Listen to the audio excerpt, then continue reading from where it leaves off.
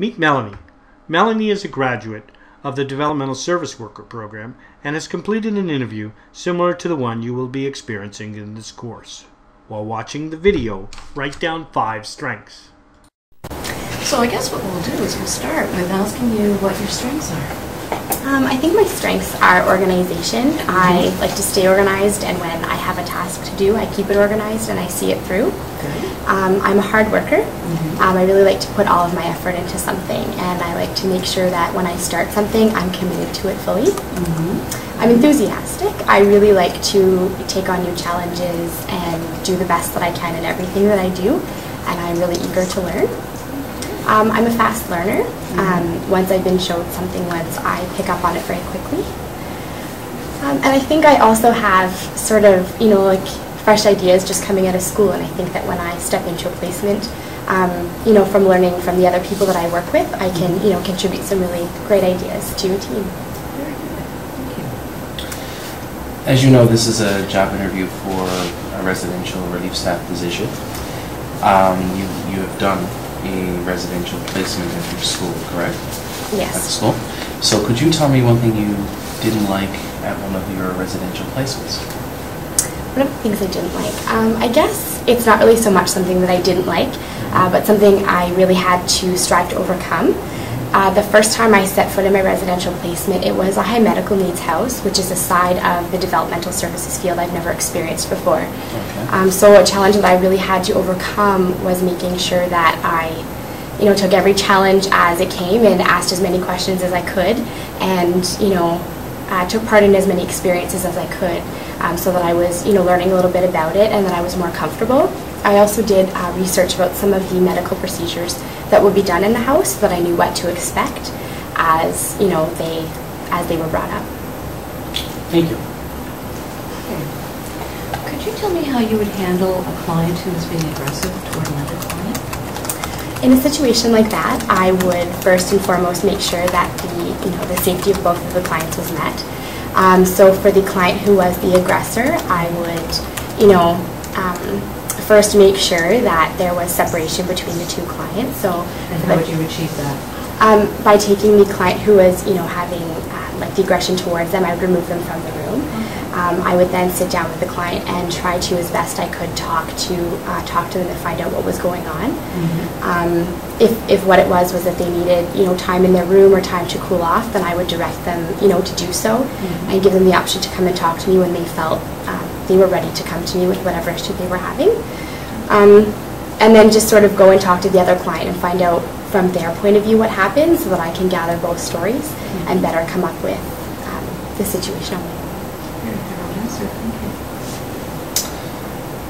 How would you handle a client who was having a seizure if that was to happen? If a client was to have a seizure, first and foremost, I would make sure that their safety came first. So I would make sure that any objects that they could potentially hurt themselves was out of the way.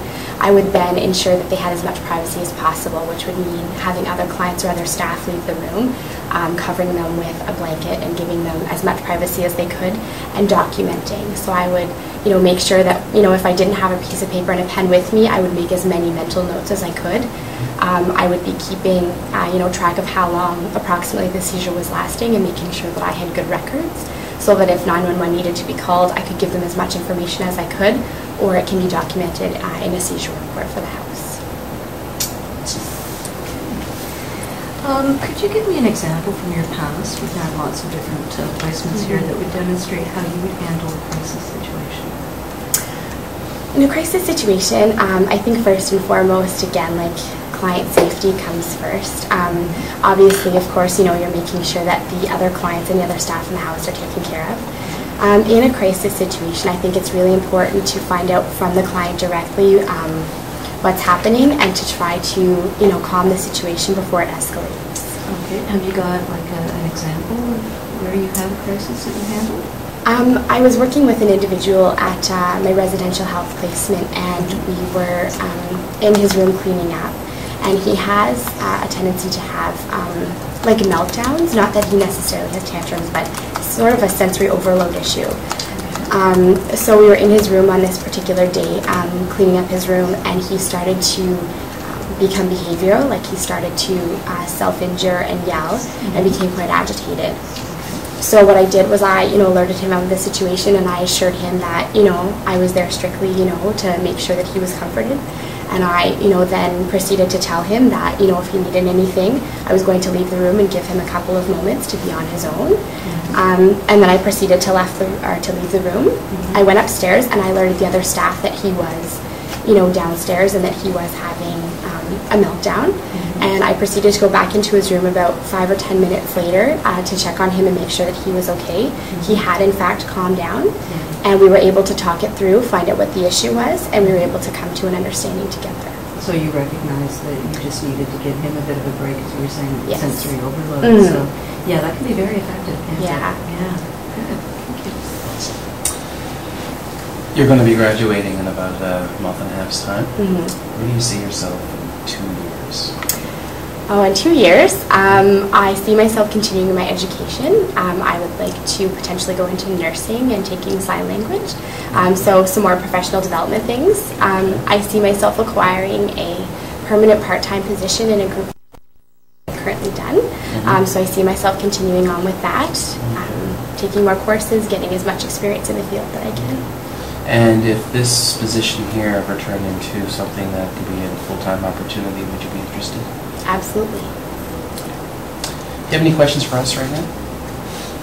This time? About the position? What sort of hours would it entail? Generally, when you start working with the agency, you're doing casual work. So usually the shifts are in the evenings. You have to be available at very short notice. And it can be anywhere like overnights, evenings, weekends. We can give no guarantee. When you start working with the agency, you're doing casual work. So usually the shifts are in the evenings. You have to be available at very short notice. And it can be anywhere like overnights, evenings, weekends. We can give no guarantee. When you start working with the agency, you're doing casual work. So usually the shifts are in the evenings. You have to be available at very short notice. And it can be anywhere like overnights, evenings, weekends. We can give no guarantee. When you start working with the agency, you're doing casual work. So usually the shifts are in the evenings. You have to be available at very short notice. And it can be anywhere like overnights, evenings, weekends. We can give no guarantee. When you start working with the agency, you're doing casual work. So usually the shifts are in the evenings. You have to be available at very short notice.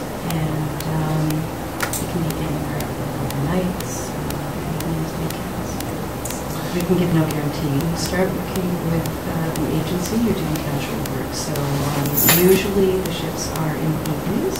You have to be available at very short notice. And it can be anywhere like overnights, evenings, weekends.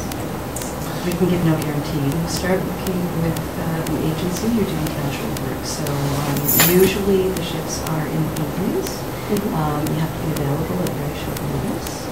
And it can be anywhere like overnights, evenings, weekends.